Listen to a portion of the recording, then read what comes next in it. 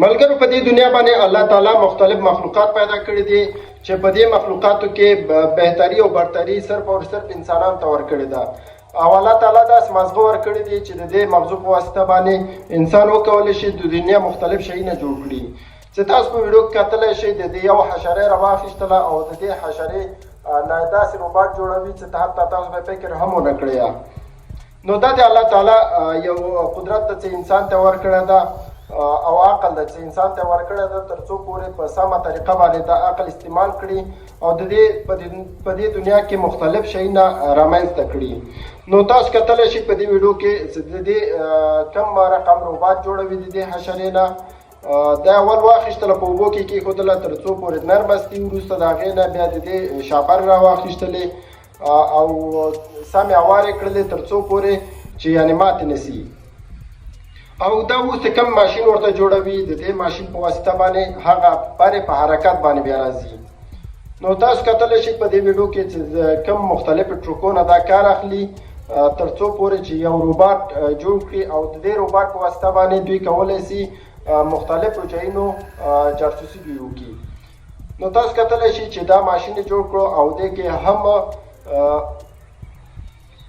کم شوبین چې دا شوبین یې پکې واچوو تر څو پورې چې مختلف رنګونه رامنځته کړي.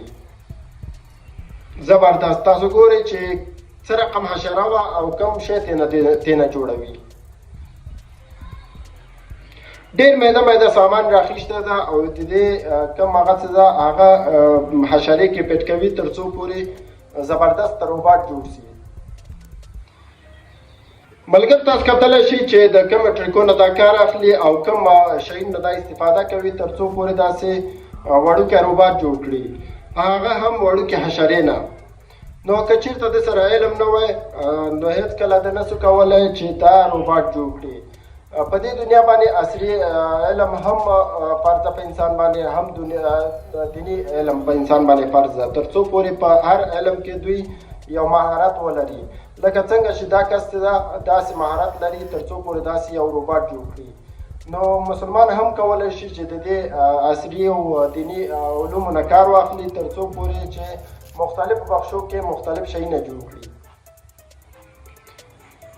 دا نوې ټکنالوجي ده د دنیا، هر څوک یې کولی شي چې جوړې کړي، خو که چېرته انسان د مغزو نه کار واخلي او د سوچ نه کار واخلي.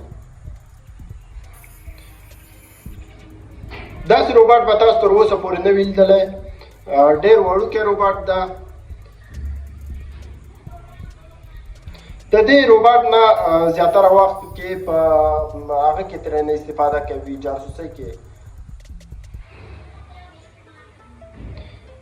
ګورئ چې شوبین په دې پیوس کې هم ورته کېښودو، مخې ته هم ورته کېښودو، شاته هم یو دانه ورته کېښودو. ډېر زبردسته کار یې پکې کړی ده. اوس ګورئ چې څه رقم په کم ترتیب باندې دا کولی شي چې دا په حرکت باندې راشي، یعنې پرواز وکړي. کم شوبین یې پکې ایښې ده هغه هم رنګه رنګه تاسو وینئ چې څه رقم مختلف رنګو کې دا رامنځته کېږي. او د دې حشرې هغه ته وګورئ، انداز ته وګورئ چې څه رقم انداز باندې دا راوستله. زبردست. ملګرو ویډیو لایک او شیر کړئ.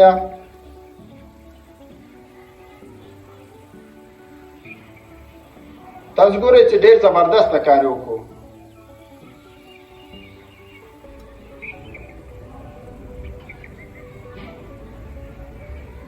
په کومه طریقه باندې دا روباټ رامنځته کړو او څه رقم ته کارونه پکې وکړل تر څو پورې داسې یو روباټ یې جوړ کړو.